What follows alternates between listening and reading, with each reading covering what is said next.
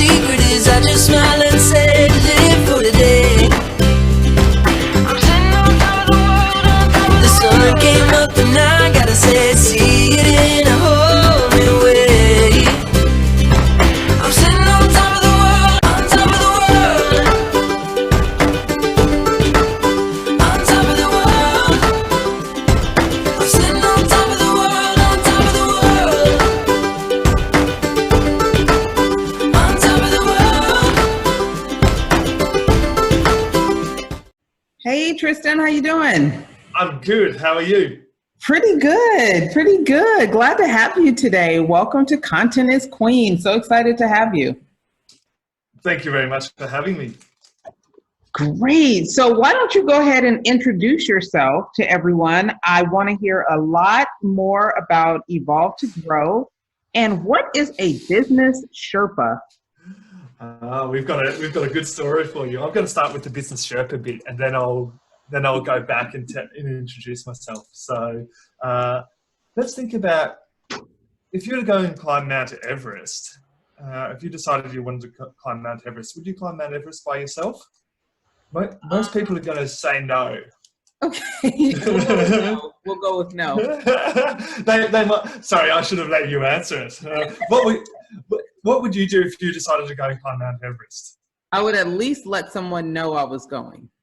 Yes. Would likely try to drag someone along with me. Yeah, and then most people say they'll get someone that's been there and climbed the mountain before. They'll get a guide. So, and Mount Everest has Sherpas, which are the guides that they go up and down the mountain professionally to help others. And so, if I didn't have any friends, you're telling me that they have Sherpas. They have Sherpas there, guys there to help. That's it. So, and all they do is they help take you up the top of Mount Everest. I love it. So in business, that's exactly what I do. I'm like, why would you try and reach your business goal without doing it with having someone there that's got the experience to help you get to the top of your business goal? So basically, I work like a Sherpa does, climb the mountain, but with business owners. So I climbed to the top of my business and I almost fell off the side. I got to the top and reached my goal. And now I work with other business owners to help them achieve their goal. Hence the analogy Business Sherpa. Tristan, what was your goal, if you don't mind me asking?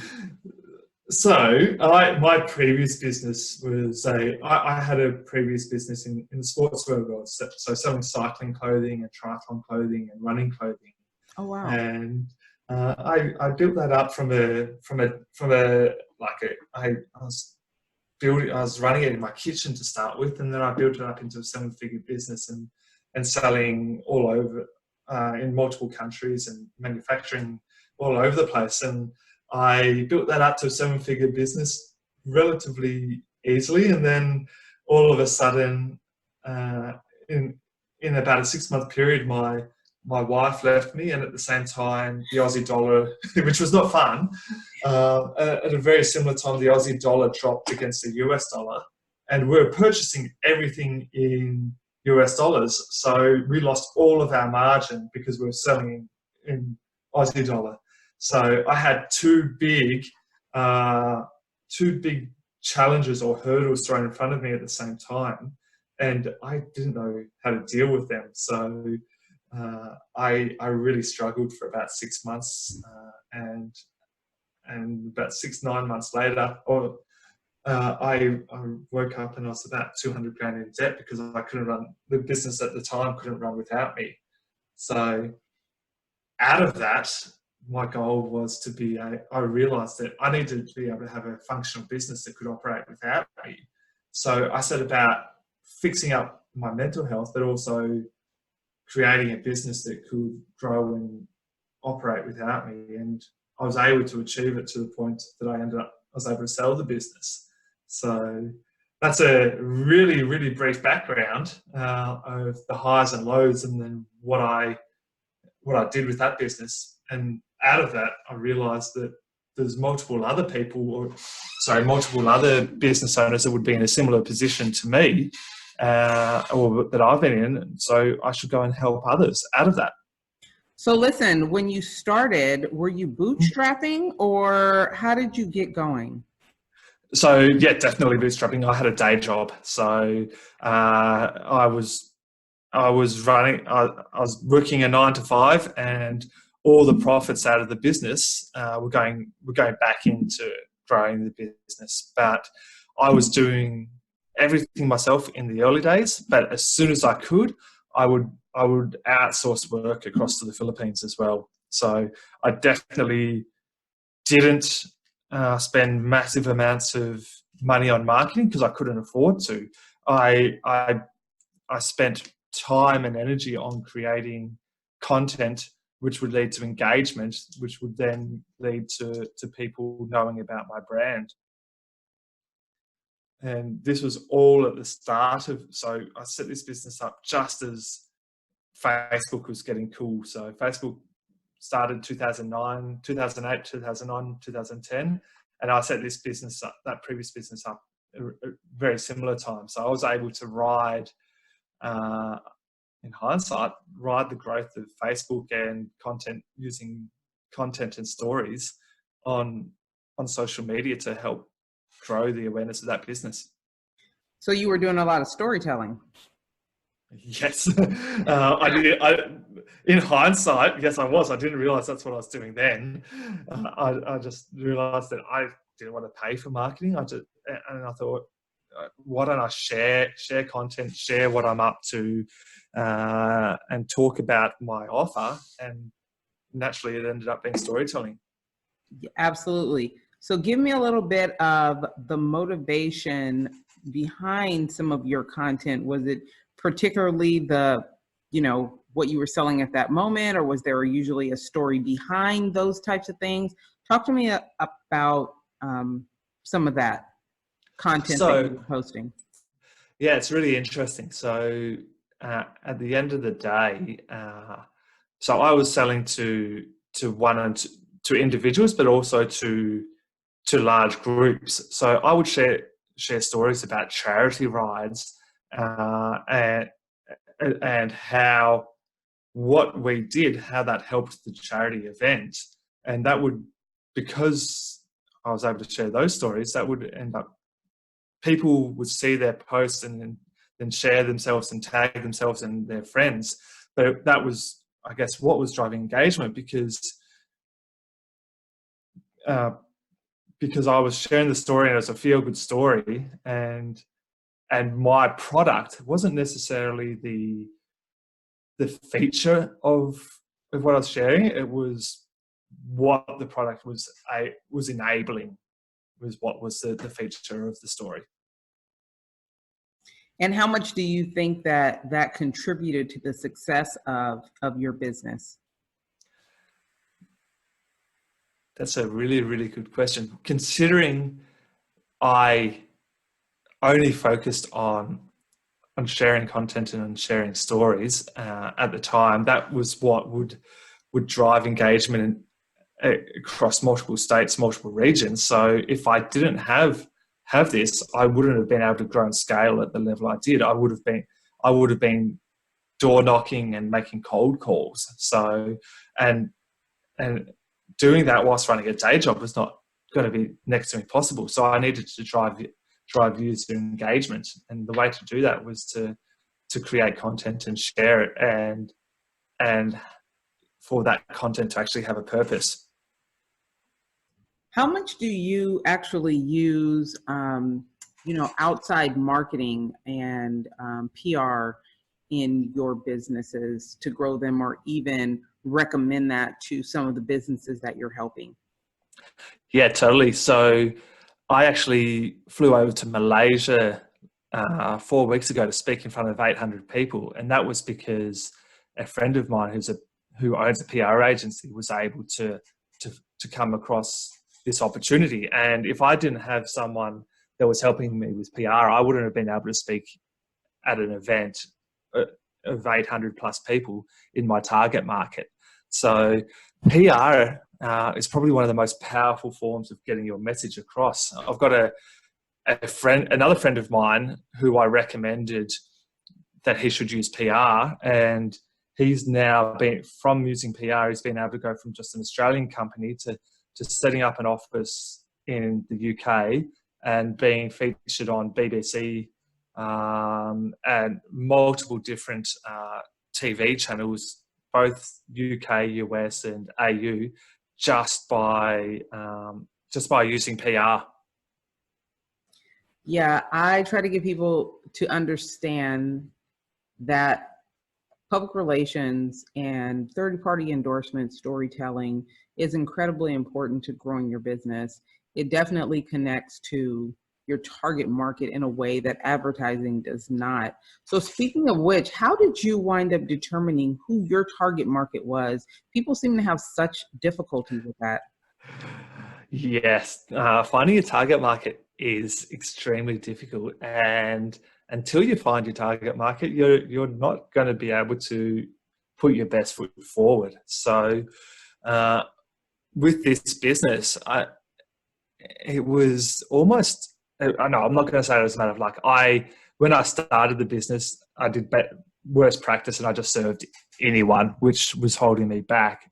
But what I was able to do from there, I was able to realize which companies, which industries I was enjoying the most, and which areas I was getting the best results. And I was able to take a step back and think, where am I getting these results, and why am I getting these results? And from there, I was able to determine who my target market is, or who my niche is, and it's B2B service-based business owners with a creative angle to them. And looking back on history, I've worked in I'm much better B2B service, and I'd studied industrial design as well at uni, so I can talk the creative lingo. So it just made sense that that's what would be our avatar. But if you don't have that niche or that avatar, you're never going to be able to get ahead fully. Absolutely. Now, one of the things that you really concentrate on is simplifying the workload. What are some of those methods or tactics that you use to help business owners simplify their workload? I'm going to say the number one thing is that you need to begin with the end in mind. So many people just get into doing what they're doing, but they don't actually understand what their ultimate objective is or their end goal is. And because of that, because they don't understand that, they end up doing way more than they need to and getting off track. So the number one step is, what do you actually want to achieve out of business, out of life, out of the next 6 months? And then it takes time to get clarity on that. But once you have clarity on that, you're able to then work out how you can let go of things that aren't important, that are just taking up time. Very good. I wanted to ask you, are you currently still running your business? Did you sell it? Like, where are you at with that?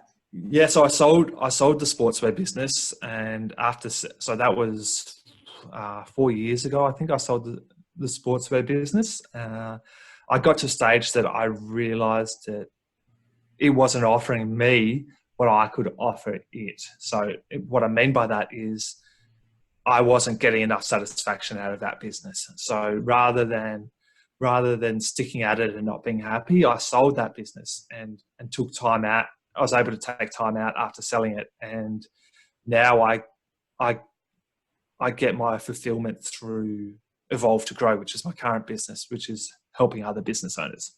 I hear you. On a personal note, I heard you mention that you and your wife were no longer together. Now, One of the things that I know entrepreneurs struggle with is a level of loneliness, long hours, Totally. extreme dedication if they are going to have a successful business. How much of that played into the demise of your relationship? And do you have any advice for people that struggle with entrepreneurship and maintaining a relationship? Yeah. So at the time, I wasn't aware that it was, but yeah, hindsight, totally. And the business did impact our relationship, and it probably impacted my friendships a lot as well. So, and looking back at it, and this is what I share with clients now, we just have to remember that business is a tool for life. So what I mean by that is business is a tool to help us enjoy what we do on a day-to-day, week-to-week, month-to-month basis. So we could, looking at it a slightly different way, we could, you've got two options with family and friends. Would you rather live in a mansion with all the financial assets that you ever needed, but you live in that mansion by yourself, or would you rather live on the beach in a shack with your loved ones close to you? And 95% of people will choose the shack, just so they can spend time with their loved ones. But if you take a step back, the way we're acting on a day-to-day basis, business owners and entrepreneurs, the way we're actually acting is that we're looking towards going to this mansion because we're treating the business first, not our friends and families first. So we need to, yes, it's nice to hustle and aim for growth and focus on your business, but we really need to work out what our priorities in life are as well, and set boundaries and limitations around it. I absolutely agree. So looking at what you're doing now, how have you changed what you were doing now with this business, helping other businesses, as opposed to what you were doing before, just growing your own business? Yeah, well, number one, so I've got a very clear vision for business, and it's to give business owners time and freedom starting right now. And then personally, it's so that I can have time and freedom. And basically so that's my ultimate objective for my clients and myself, to have time and freedom. And I only work 3.5 days a week, and it pays me what I need to be paid plus a bit extra. And it's because I've been able to create a structure that works for me, and I've been able to work out what value that I can offer to clients, and what value my business can offer to clients. And because of that, I have my limits and boundaries around what clients I take on and which clients I don't. And I trust the process that's going to support me, and it has, and it supports I share that message with my clients, and it works for them as well. I definitely can appreciate that. So what's next for you? What do we have to look forward to from Tristan? Oh, so we've just had so I've got a new partner now. We've just had our first child 7 weeks ago. Hey. So for me, a lot of family time. That's definitely what's next for me. Business wise, where the business is right now, it is still semi-dependent on me. So I'm actually for me personally, I'm in a growth phase where I am moving from purely one-on-one coaching to group coaching. And by doing group coaching, it means I can have other consultants, other coaches working for me. So there's less dependence or reliance on my brain, and I've got other people delivering the services as well. So basically right now the business is in a scale phase, which, because with scaling, it gives me more free time. Awesome. Have you launched that service yet? Yes, I've got the next one, the next group starting in 4 weeks' time. So I've had a beta group, and I'm just going out to my email database right now to have the first real live group. So yeah, it's right in the process of launching as we speak. Very good. So you do a lot of writing, yes? Blogs and whatnot? Well, I do a lot of idea creation, and then I create the ideas, and then I have ghostwriters do the work for me. So Oh, got it. yeah, Okay, good enough. So because, where can we find some of those informational pieces? so I've got lots of pieces on my website, evolvetogrow.com.au, but also on Medium and LinkedIn as well. So I'm all about sharing content. I'm in the process again of launching a podcast too. So it's sharing content allows you to create familiarity with your brand and get people comfortable with who you are as a person, so they come to you as a warm lead. So yeah, making sure you've got content on multiple channels is key. Absolutely. So why don't you let the people know where they can find you on social media, on your website address, and Yep. how to get in contact with you. So evolvetogrow.com.au is my website. LinkedIn, search for Tristan Wright, and Facebook, you could search for the Business Evolution Group as well. So they're probably the easiest places to contact me or to find me, and then I can then share other channels as well after that. Very good. Well, we are so looking forward to posting all of your good information. We definitely want to thank you for spending time on Content is Queen, and we look forward to continuing to stay in contact with you and seeing all the great stuff that you have going on. Thank you very much for having me. Absolutely. Have a good one, Tristan. Cheers, you too. See ya.